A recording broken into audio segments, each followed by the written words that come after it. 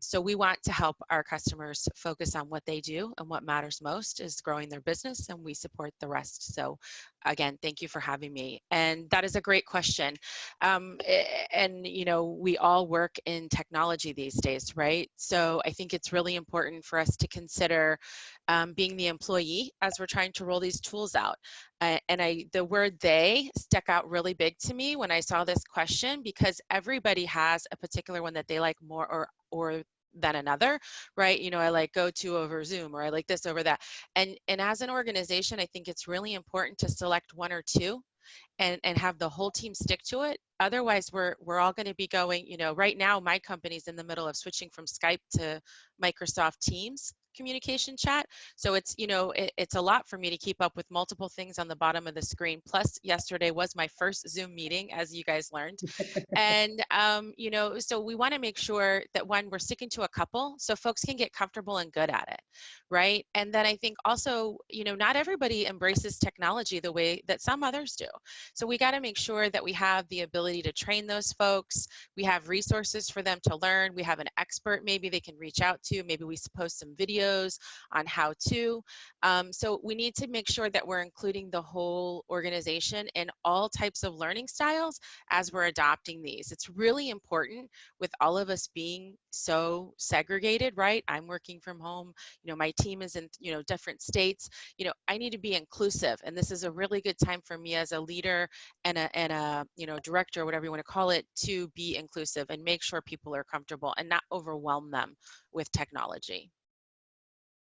Agreed. Absolutely. Thank you for that. Ian, what are you doing at Gracepoint right now in this uncertain time that you haven't done before?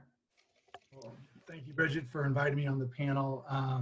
My name is Ian Adair. For those that do not know me, I am the Executive Director of the Gracepoint Foundation. We're the philanthropic arm of Gracepoint. And Gracepoint, for those that don't know, is the largest behavioral health provider in the Tampa Bay area. We serve just over 30,000 individuals each year through inpatient, outpatient, mental health services, addiction services, and homeless services. So this is a really good question for so many of us, because things changed and pivoted about 6-8 weeks ago. And with all these changes, especially as an acute care facility and a provider that serves such a large, vast number of people, we had to make sure that our senior leadership team, because we have over 620 staff that work at Gracepoint, met more than every 2 weeks. And so we actually meet twice a week right now, which is something that we've never done before, just to keep up with all the things that are happening. And when you have that many employees, like so many people on this call right now do, you have to make sure that you're keeping up with things that are happening, whether it's curfew orders, whether it's stay-at-home orders, whether it's you know, a call to do a lot more social distancing, and just move a lot of people from the office to home to work remotely. So a lot of things are changing, and when you have that kind of employee number, you have to make sure that transition runs smooth, and you have to make sure all your directors are in line with what to do. And so that's been a huge benefit for our senior leadership group to meet that often, twice a week, to really stay on all these things. So when our employees have questions, like they all do, and they all worry about how they're going to be as effective working remotely as they are in the office, we got to make sure that we stay on that to provide those services for them so they can do that. So that's probably been the biggest change for us over the last 2 months, is to make sure that we're in lockstep with our leadership, and so that gets filtered down the right way to our staff.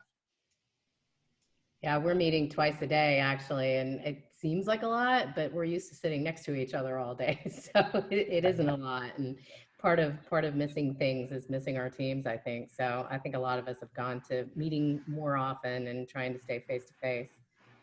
Gail, let's talk about your thoughts on companies doing individual check-ins on employees. How often is too much or not enough? Should it be via text or email or a telephone call? What do you suggest?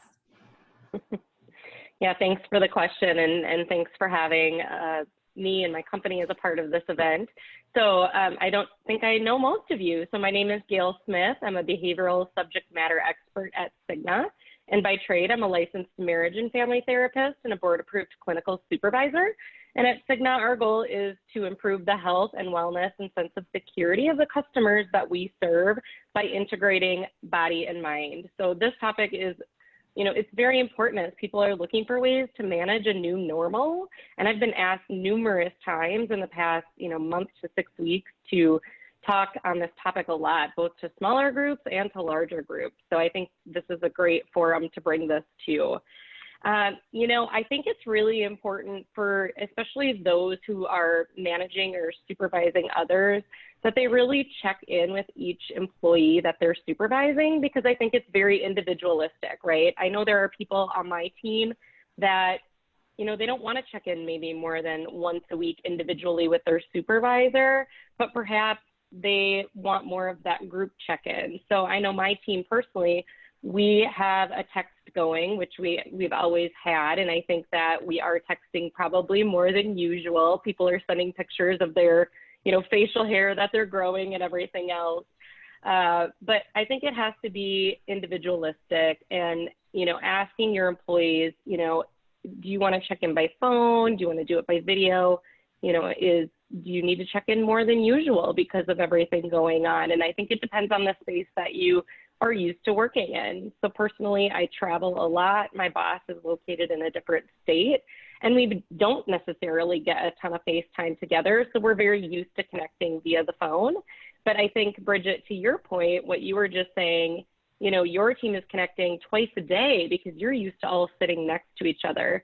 So I think it really has to be what works for you and what works for the team. And sometimes that does take a little bit of experimenting.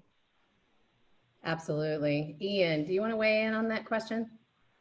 Well, I think we have to look at our teams now a little bit differently. I think we all know a great quote on leadership from Simon Sinek is leadership isn't about being in charge. It's about taking care of those in your charge. And we have to be a little more vigilant now and understand that we do have teams and we do have people with specific needs. And as leaders, we have to weigh in on that. Myself, I have what we would consider 2 people, my employees that would be considered higher risk, right now for COVID. So I have somebody who's 4 months pregnant. So she's actually been at home since early February. And I have somebody who's in their early 70s, who's had several different health problems recently. And so I've had to check on them a little bit more than normal, more than just an average check-in, just to see how they are and what other things that are going on and what can I do to support them. And so, we have to make sure, I think as leaders that in this time, it's more than just some of the things that we normally do, look at the productivity and the metrics of the organization. We have to look at how we can help our people during this time as well so they can be as productive as we know they can be. That's good advice. Carin, what about from the PEO perspective? What should we be concerned about or be aware of? Oh, I think both of my fellow panelists brought up some great points, making sure that you're figuring out what works best for the employees. How do they want to be spoken with, whether it's the texting string, phone calls. I'm a big fan of phone calls. I feel like I can hear a lot in a phone call. They always used to tell you if you were on the phone, they could hear when you're smiling. I think that's really true now. And we need to be really honing in on those skills as leaders, paying attention to, emotional needs and helping them navigate challenging times if things are coming up. If there's an EAP available to them, this might be one of those times where you remind them that that's out there. One thing that I've been paying close attention to as a leader and would recommend, if you have vacation and PTO caps on your programs, make sure you're paying attention to those, even though they can't physically maybe leave the house and go to Bonefish and have some tuna and a cocktail, which Jason keeps talking about. But they can, not be chained to their laptop for the day. And they can, if they have smaller children at home, do something, go outside and walk the neighborhood 6 feet from one another. So, making sure that people remember to get outside, get that vitamin D, and make sure their spaces aren't blurred. I think is really important, just to add to the conversation. Yeah, absolutely. We keep saying one of the best things that's come out of this is that people are actually getting on the phone again. They're not emailing and texting, they're Zooming, they're talking to each other, really talking to each other. And thought that there's a lot of great that's come out of this, but I do think that that's one of the things for sure. I would agree. And you can hear so much in a voice. Just pick up the phone. Yeah. And I would add one more thing, Bridget, if I could. I think we hear the term, we have to social distance all the time. And that doesn't mean we don't, social distancing is one thing, and we understand that. Emotional distancing is another thing. So we have to make sure we stay connected, and that connectivity is so important. And when we're telling people who normally don't have to use devices all the time in their normal day-to-day tasks to start using them, that's one thing we have to make sure that they feel comfortable with too, because their own comfort level just to use that will pull them away and isolate them even more. And that's something we have to be aware of. Yeah, absolutely. Well, while I have you in speaker view, we joke as a team all the time that fortunately we've not had all four of us having a bad day yet. We've had two at a time or one at a time. But what are the signs that we as leaders should be looking for that show concern? You know, we're not face to face, we're not in the same room. Everybody can put on a fake smile. So what should we really be looking for? I think, the further we are distant from each other, it's harder to see somebody's behavior and somebody's mood. But we usually have a pretty good idea of our coworkers and the people we work with and the people we work side by side with. And I think we have to be able as leaders to ask questions and check in on them and display a little bit of empathy and a little bit of vulnerability. If I have a third grader like I do at home, and this has been a trying time for me with the homeschooling and school being canceled, I should probably bring that up and talk about those issues with those colleagues and those employees that are also struggling with that. And through those type of questioning, we can hear where they're struggling and maybe where they're more upset. They might be able to hide it better with the stuff that they talk about with work. But when you talk about things that everyone's going through, sometimes it's a little bit easier to gauge how somebody really is doing and how all the stress of this, whether it's they might have lost a partner or significant other to illness, whether somebody in their household has lost their job because of this and been furloughed. We need to check in on them and ask those kinds of questions, and those things will reveal to us how they're really doing. I think we all know how to put a smile on and maybe fake some things at work that aren't going your way. But when you talk about things that we can empathize with and definitely go through together, I think that's when we really gauge how somebody's really doing right now. Gail or Carin, do either of you want to weigh in on that? Yeah, thank you. I think there are some themes that come up as far as areas of concern right now. Dealing with change and ambiguity, not really knowing how long this is going to go on or what's going to happen, grieving either changes to your work environment or for some being furloughed or losing their job, emotions around stress and anxiety, as well as that feeling of loneliness, especially maybe for those who do live alone. Some of the signs that I would say to pay attention to, unexplained physical symptoms, extreme levels of worrying or sadness or anger, confused thinking, perhaps even an increase in substance use. And I know for all of us, it's hard to not want to have that glass of wine at the end of the day when we're stuck at home, but just paying attention to that. Some of the big red flags that could happen might even be comments about wishing to no longer be around. And it can be really helpful to ask questions about, what do you mean by that? And just be very curious and empathetic. And remember that everybody copes differently, and it's good to continue to check in because, as you mentioned, Bridget, everybody's going to have a bad day, just like we did pre-COVID, and we will after this is all over. And so asking, how are you really? And finally, I think being willing to also talk openly about how you're doing sets a good example for that. Agreed. Carin, anything to add? Oh, sure. Thank you. I think one of the things to kind of pay attention to, maybe to see if somebody's struggling, in addition to some of the things I already mentioned, maybe if their work product is becoming a little slower, it might prompt you to call and check in on somebody. If they have other things going on, kind of to your points of things are different right now, I think both of my co-panelists have mentioned, if they have kids at home, do you need to move some meetings around to accommodate for that? Are we asking those questions? We don't want to ask personal questions, obviously, because that goes against what I do every day. But, you know, if people need to work on their schedule, or we need to work things around it as an employer, and we can help lower the stress in general, we're doing a huge service back to that empathy, you know, asking questions, being curious, all of those things. It'll really make a difference. I think not only in that connection with you and the colleague, but I think also their motivation to stay with you long past COVID and have those long, you know, tenured employees with all that great knowledge to be on your teams. Yeah, I agree. I think there's going to be tremendous loyalty that comes out of this to the companies that handle it correctly, for sure. Gail, let's talk about how people can ensure that they are maintaining positive mental health. Speaking of drinking too much, with alcohol sales up 50%, liquor sales up 70%. It is a time of change and ambiguity. So what should we be doing to make sure that we're okay? Yeah, you know, keep checking in on yourself too. And, you know, again, I just mentioned that you're going to have your bad days, and that's totally okay. But it's important to recognize when you're in a funk and identify what factors could be contributing to that.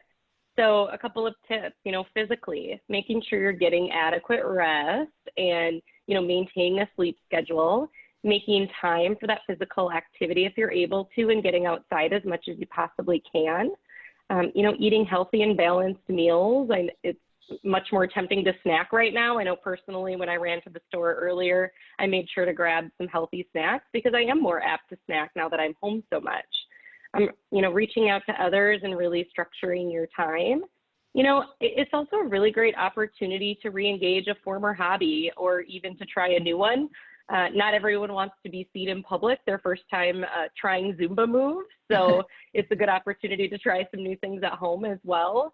And then, of course, I would just add, you know, get professional help if you need it. Many clinicians during this time have embraced virtual care.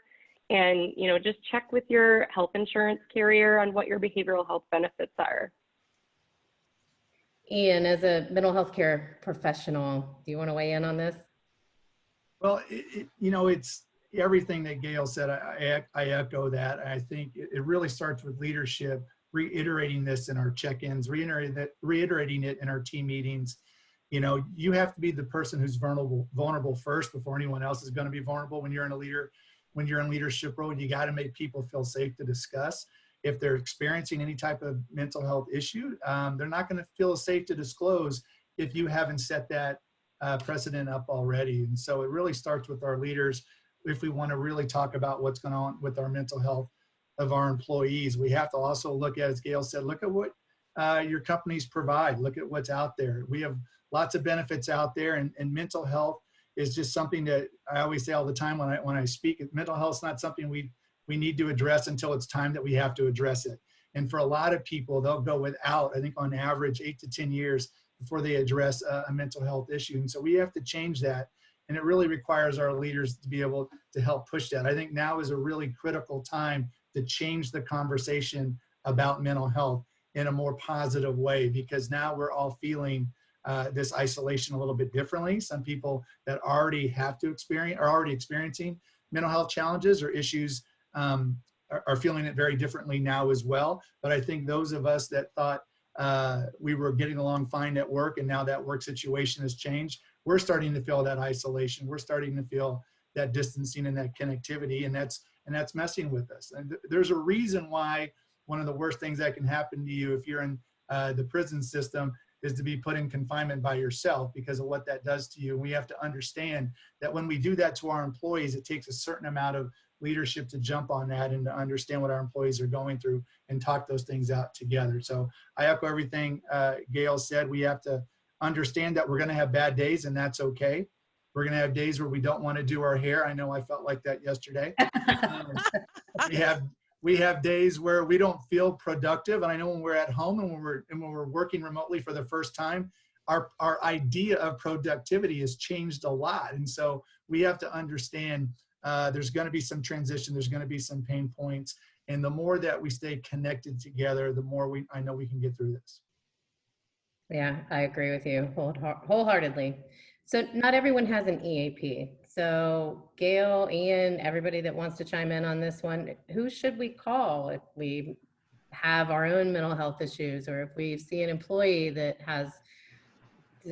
is exhibiting signs? Like, where should we turn on that?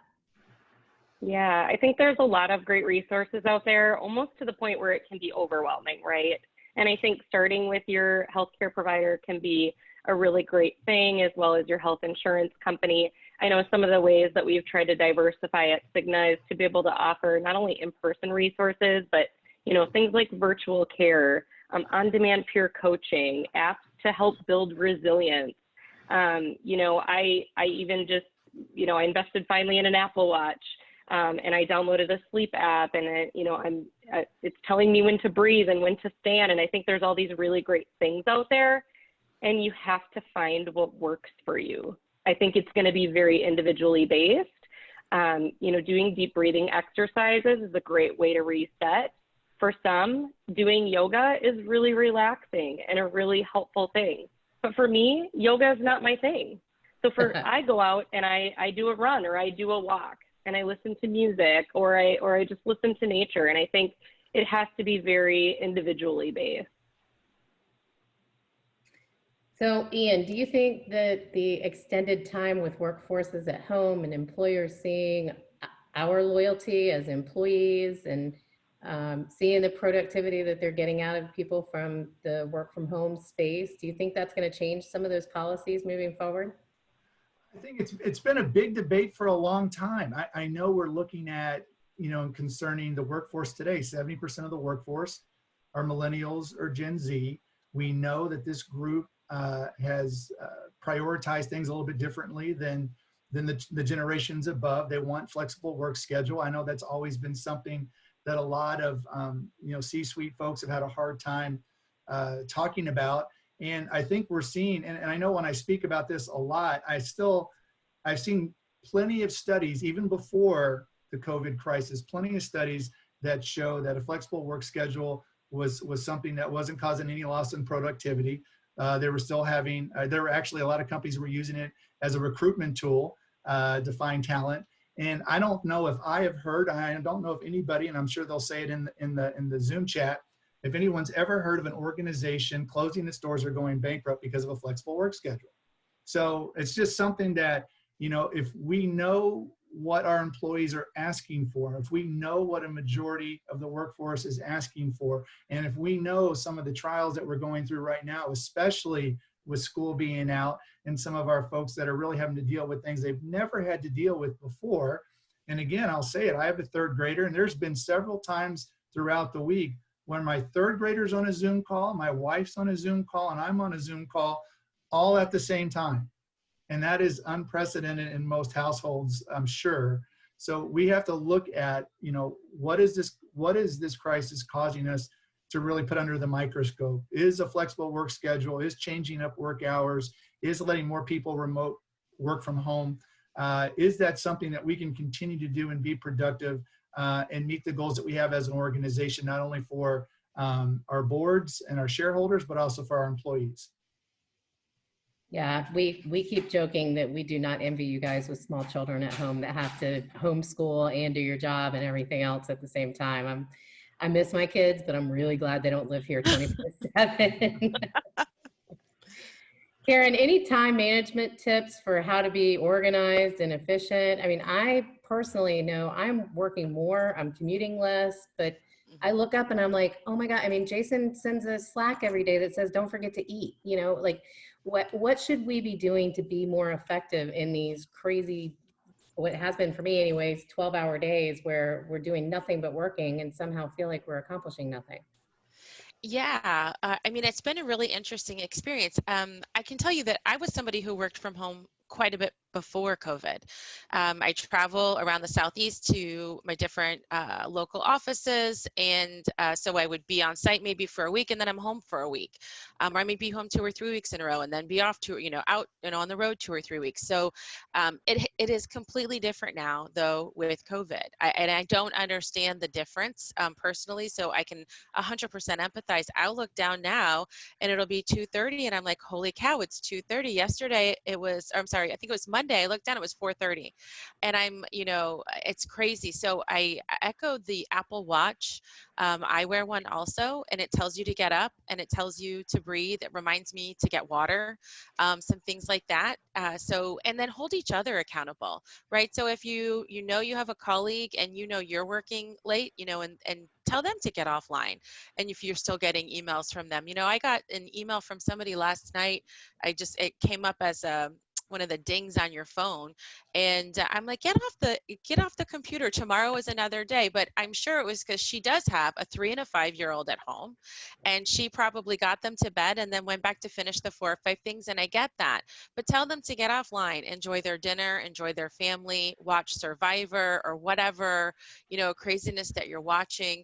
Encourage colleagues to turn their computers off at the end of the day, because I don't know, if you walk away, Bridget, maybe to cook dinner, but you hear your Skype or your Zoom ding or your Microsoft Teams ding, whatever game you're playing, you hear that from the kitchen and you're like, oh, that might be important. I got to go check that. No, they're going to be fine, for 15 minutes or until 8 o'clock in the morning.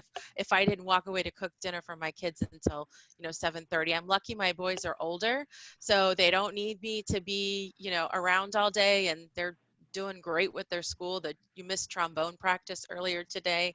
You might be happy about that. You might not. But making sure that we're being mindful. And if you're working late on a project, don't expect your team to.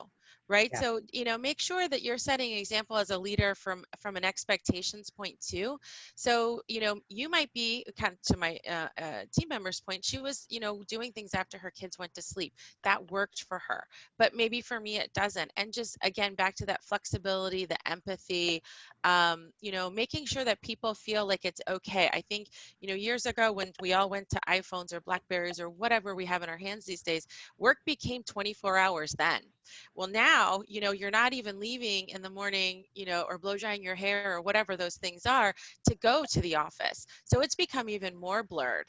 And I think it's really important for us as leaders to be helping our team make those delineations in the day.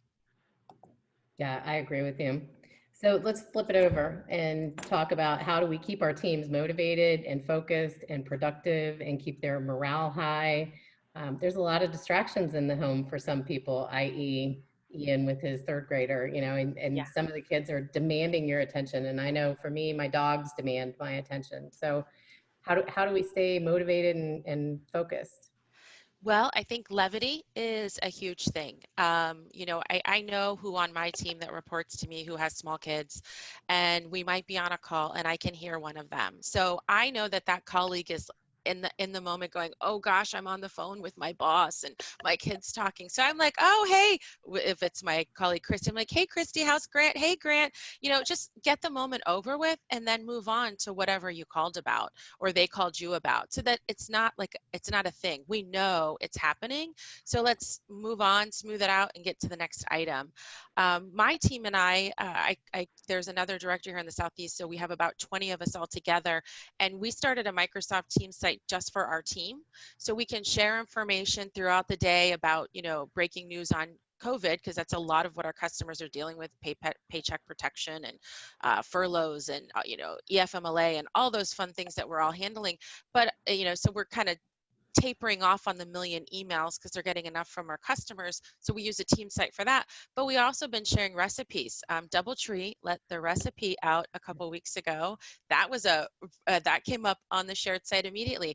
We've been sharing some different things on stress and motivation, talking about personalities and how we can improve those working from home.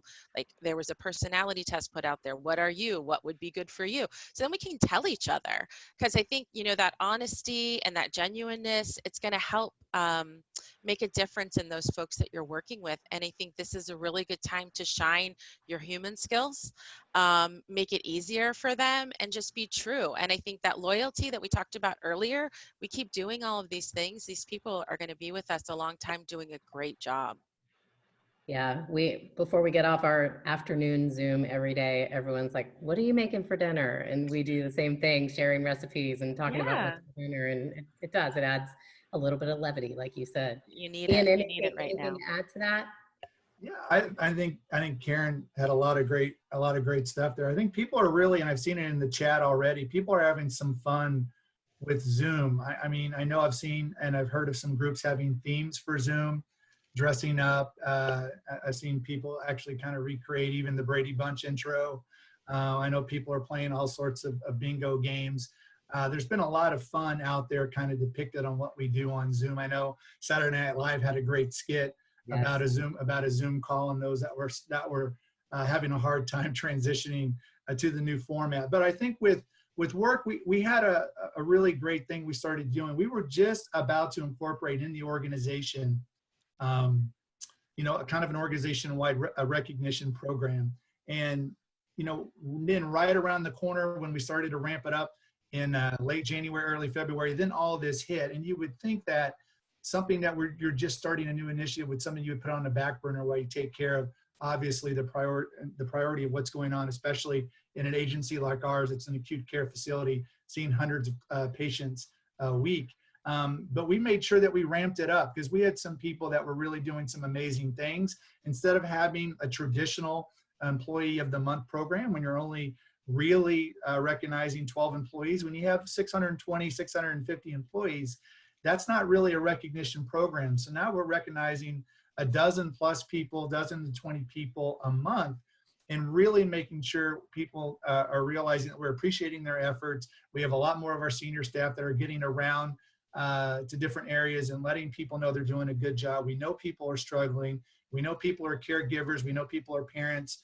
We know people have other jobs. And so we're trying to do what we can internally to make it easier for our folks. We even have volunteers coming in and working in one of our commercial kitchens to serve lunch to our acute care staff and our frontline support staff. So anything that we can do to truly show that we appreciate what they're doing, we appreciate the extra effort, we appreciate that for a lot of our people, our nurses and some of our doctors, they're in harm's way when we're bringing in people who are high risk, high exposure for COVID. So I think if there's anything that you can do, take an opportunity to recognize your people as much as possible, display gratitude. It goes a long way. And I think when morale is down or things are happening at home that you don't know about, they'll let you know how much something meant to them. And it's been great to have even folks on the foundation board buy lunch for several of the frontline admin staff. And they just reached out and said, you know, I'm having a really bad week and this really helped make things a little bit better for me. So any amount of recognition, to the easiest thing is saying thank you, to being able maybe to provide something to make their day a little better and a little brighter. It'll all mean way more than you possibly could know to your employees and teams. Agreed. Yeah, absolutely. One of the things, it's kind of funny because we're talking about boundaries basically, right? And at the same time in the chat, everybody's saying, but we're getting a peek into each other's lives and we get to see the 6-year-old naked girl run by in the Zoom meeting or, you know, somebody's puppy. So Gail, what are some strategies to help us maintain a good balance between work and home life and managing distractions and boundaries? Yeah, first and foremost, it's never going to be perfect, right? And I agree with what's being said in the chat. It sometimes is a good way to get to know each other on a more personal level and really make a meaningful connection. And I think it's totally okay, right? But the main suggestion I would make here on, you know, setting those boundaries is to really maintain a schedule, but recognize that it might be a different version of your former schedule. So again, some of you may be doing your work, you know, early in the morning and after your children go to bed, so you can do school work with them during the day and your teacher. And keeping your work and their schooling and your family time separate is the way to go. I mean, if you try to do everything at once, you're not going to be as effective and you're going to drive yourself bonkers, which is also another clinical term. Give yourself grace, right? Even if it means you're not as productive as you used to be. I know people were saying, I just feel not productive and I feel tired and I want to nap and I want to sleep more. And yeah, it's hard. Some days I have to take, you know, I recommend setting up a workspace for yourself the best you can, but some days I just take my laptop and I go sit outside for an hour just to get some fresh air, help wake me up a little bit. But, you know, I would also suggest, on another note, limit your exposure to the news. There is so much out there about what's going on right now, and a lot of it is even contradictory. And it's important to get your news from a credible outlet like the CDC, but it's also important to not overdo it, because this can cause added fear and anxiety. And, you know, I would say, I mentioned before too, but, you know, keeping your sleep schedule as close to normal, the better. If you're staying up late to binge watch Tiger King or whatever the latest and greatest thing on Netflix is, that can leave you feeling more tired the next day. So, you know, just trying to set those boundaries for yourself the best you can, but also, again, giving yourself some grace and forgiveness. Nobody's perfect, right? Absolutely. Yeah, we were talking to somebody this morning. He said, well, the governor's supposed to have a meeting today. And I was like, do you know what time? Because I refuse to watch the news. So it's definitely been good for That's what I do too. I wait for the local governor's announcements. Yeah, exactly. Carin, do you want to weigh in on that same question about boundaries and work and home life and managing distractions? Yeah, I mean, I really just echo a lot of Gail said. I mean, creating a workspace, I think, is important so that you have a place to go, even if it's, you know, one room over. You have a place to go, and that it's a place you can actually walk out of at the end of the day. I know that's helpful. That's been helpful for me. If I could continue to turn off my sound, I think I'd be even doing better, right? So I don't hear the dings. Yeah. Remembering to get out, you know, to walk your dog. I don't have one, but if I did, I've rented the neighbor's dog a couple of times. Go to the mailbox, you know, has Amazon come? Woo, let's go get whatever that is, and, you know, put on our hazmat gear and get inside that box. And I echo getting outside. You know, if you have a patio or a porch or something and you want to go work out there for an hour because you need to change your mindset, I think that's great. I've been on multiple calls in the last, 5 weeks where they're like, I can hear the birds. Where are you? I'm like, oh, I'm on my patio because I needed some fresh air and a different space to look at for an hour. So I think, don't get upset if you have to move around. If you're trying to get away from a kid on a Zoom call and you need to move to another room, everybody's got to be flexible in this time. But I do think, the scheduling and creating a space that you can get out of is long-term going to help you a little bit more in that perspective. Yeah, I agree with you. Ian, anything to add? I just really want to echo definitely Gail's comments too. Limit the news, limit the negativity you see. Sometimes what we're seeing on social media and in the news, it's bringing us down. I know a couple of the news stations have a ticker in the top corner of the screen that says how many people have contracted COVID, how many people have died, and when you see that over and over and over again, when you see these updates, it can be very detrimental to your own mental health. And you got to take those social media breaks for sure, and those news breaks. And again, that's when the connectivity is important. Just call somebody just to see how they're doing. Call and talk about something you would be doing. I know, like Carin, I'm out and I travel a lot, and I'm used to working on the road or working from home when I need to. But even that's changed now. Working remotely didn't have a third grader, didn't have a spouse also working remotely before. I had always worked remotely, and people were telling me, well, you should be used to it. Well, I'm not used to it when two other people are on Zoom calls as well. So I don't know how many other people out there in the chat, I'd love to see it, got themselves a quarantine puppy. So that's one of the ways that we decided to help our own mental health as a family. We've gone almost 10, 11 months without a dog, and we got a puppy about 6 weeks ago. And that's been great for our own mental health and getting outside and being more physical and getting out of the house. And so there's lots of things that you can do to really, practice self-care. And again, I think it's on the people on this call to make sure they're giving those suggestions to their staff and to their teams, because you never know who you're going to help or who you're going to give something to that might not have thought of something because it's just so new for them.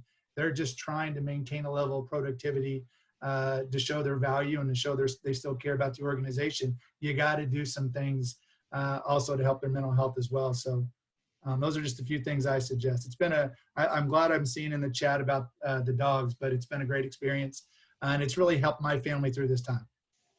Yeah, Ben Helpon just said we didn't get one quarantine puppy, we got two.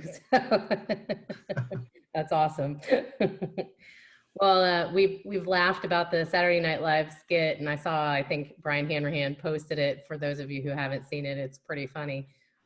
We have a running joke within our team. We say, "Don't be Nan" all the time. So, Carin, let's talk about the appropriate protocol for participating in a Zoom webinar meeting. Everyone seems to have their own idea. Is it okay to have the camera off and just have your glam shot, which I prefer personally, but it also makes me get up and brush my hair and put makeup on and, look human. So what should we be doing? What's the etiquette? Well, one, I'm going to hit that link for the SNL skit as soon as we get Awesome. off this call because I haven't seen it. And I do love me some SNL, so I look forward to that. And I think, so in my opinion, HR, I get, and my name is Carin, but it's spelled wrong. So for that name, I do kind of like some rules, and I do like knowing what the ground rules are in advance. I think that kind of helps out. So in my opinion, for Zoom or any other type of video chatting, I really think etiquette should be letting people know that that's the intent before they get there. So if we all show up to a meeting and everybody else knew it was a Zoom meeting and I didn't, and I'm not glammed up, I'm probably going to give you the glamour shot, and I'm probably going to be a little unhappy during the meeting, and I'm probably going to be a little distracted with how I feel about that. So I think, letting everybody know from the start that it is. I think also making sure people know how to use the technology in advance of the meeting. So I think that's, again, back to that training and sticking to one or two so people get comfortable with it from a technology standpoint. And you will have employees that are really, really against it, and that they don't have any, they're scared of it. We said, somebody earlier said that 70% are millennials. That means 30% aren't, and they didn't grow up in a video chat. So we need to be cognizant of those people and be thinking of that, and making sure that we're, if we have to acquiesce on a colleague, that we do, and we want to do that outside of the meeting, not on the meeting with the team. You don't want to make people feel uncomfortable. We've all said, I work from home all the time, but I didn't have, the kids here before. So it is different now, and it's different for everyone, and they might be learning technology that they didn't have, and maybe they didn't, remember to do their hair. I blew dry my hair today for the first time, and I'm not going to tell you how long. So I think, preparing folks, laying some ground rules, being kind, thinking about others, I think you'll be fine. Great. Well, we are almost out of time, but if there are any questions out there that haven't been posed on the chat, I've seen a whole lot of fun on the chat, including somebody picking on me about my roots. Oh, no. I won't call him out by name, but if you have any questions you want to make sure we address before we're done, go ahead and put those in the chat now. My last question, and I'm actually impressed that we got this far, is what kind of mental health exercises or strategies are you planning to implement when we are allowed to go back to work, Mr. Ian? I think more definitely checking on the wellness of not only my colleagues, but my team and my employees as well. It's so important. We know this has affected everyone in a lot of ways. I have a staff person whose significant other was furloughed, and so that's changed up a lot of things. I know people who are dealing as a caregiver, taking care of sick parents, and so now that they're home and that's part of their workday now, it's become very hard. So I think this is going to bring actually more people together. I think we're going to be able to see an unprecedented amount of empathy displayed over the next several years, hopefully, and more, with what teams and what employees want to see from their leaders, because this is what we have to do now. And it's not just about metrics and overhead and all these other things. We have to understand that if we're going to keep our good people, if we're going to attract the best talent, they're going to want the right leadership. And, going back, and whenever we do get the opportunity to go back, is just make sure mental health becomes a priority. I like to tell a lot of people that leaders are much more than just their organizational leaders. They're the culture caretakers of their organization. So they got to set the culture and they got to take care of it. And you can never use the term caretaker in a glamorous sense. It's a dirty job. It requires a lot of work. It requires a lot of hard work, and you got to be able to go out and do it. And it takes consistency and effort. And so that's what I'm hoping this group takes away from it when we do get the opportunity to go back. just to understand how important it is. Gail or Carin, do either of you want to weigh in on that same question? Sure. Great thoughts from Ian. And I think just to say that, remember that it's still a change, even though it might be what we were used to doing before. One of the things that, I've been talking to people kind of one-on-one with is, teaching them just a quick basic CBT, cognitive behavioral skill, which is to be able to recognize that your thoughts do lead to the way that you feel and thus the way that you respond or you react. So if you can recognize that thought and change it into something either more positive or more productive, that can really change your outlook on things and the way that you proceed with your day. And then just, mentally preparing yourself for things like, oh yeah, that's right, I'm gonna have to sit in traffic, or because I'm gonna curl my hair to go into the office, I need to give myself a little extra time, because when we're caught off guard, it causes more stress. Carin, anything to add? Oh, I think everything they echoed was great. I think it'll take everybody, probably 2 to 4 weeks to get back into the groove of going to the office.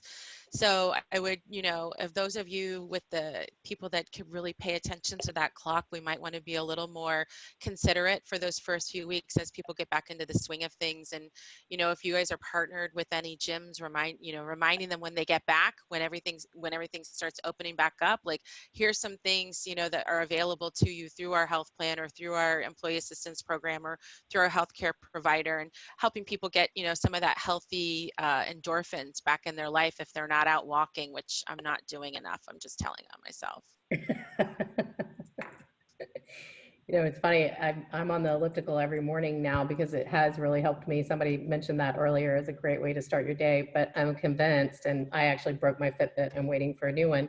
I'm convinced I'm still getting less steps than I used to, because the rest of the time I'm doing this.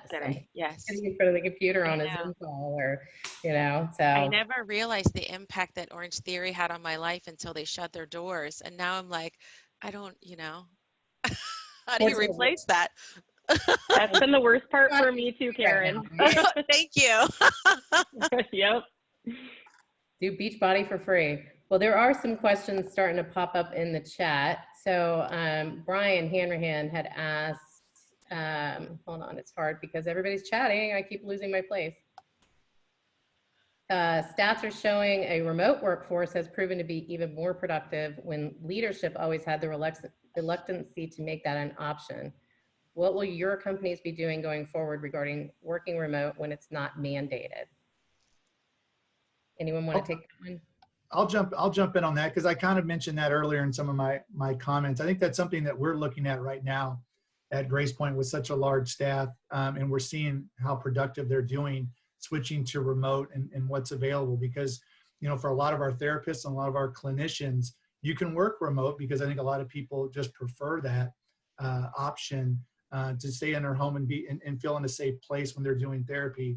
So we're going to be looking at, when things do change, when they do flip back to the ability to go back to work. Now, how much of that do we want to flip back to? I mean, if we're seeing productivity and we're seeing a high rate of people that are going to their appointments, maybe we need to look at doing those changes. And so that's some of the things that we're looking at now. And I've seen a lot of those stats. Just like you see the stats that an open work concept actually isn't productive and doesn't help.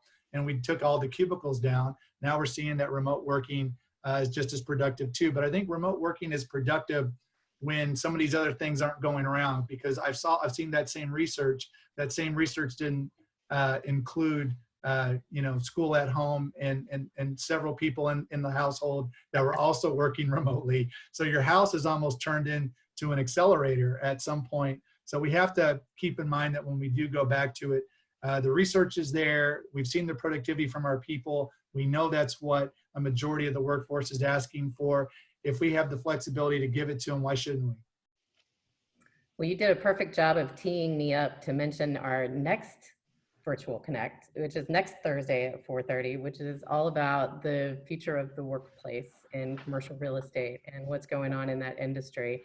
And with an expert on design, with a property management company talking specifically about retail that they focus mainly on, with somebody who's got their hands, and this won't be hard to figure out, their hands in hospitality, office, retail, and residential in Tampa. And it promises to be a great panel and really, really informative on what we should expect when leases are re-signed. And you specifically said one of the things that we keep hearing is that we all went to the collaboration pits and low walls and sitting across the desk from each other, eyeball to eyeball. And we're going to go back to the 90s with the tall walls and 6 feet apart from each other. And so it'll be an interesting conversation and discussion. Thank you all so much, TriNet, Cigna, Gracepoint, for your participation, for giving us this information that we wouldn't have otherwise. I certainly learned a lot, and I could tell by the engagement from everyone that's been on the call that they did too. We appreciate you. We appreciate those of you who attended and supported, and I hope you found it a valuable use of your time. And now I get to get a glass of wine, and if you would like to do so and stay on the call and hang out and chat, we can certainly do that. And if you want to jump off, I understand. It is 5:30 and we all have our other lives to lead. So thank you again to you guys, to the panelists. I appreciate everything that you did for us. And Thank you for having me. Thank you. Thank you so much. the mute locks are now off. Feel free to unmute yourselves if you would like. Thank you, everybody. Yeah.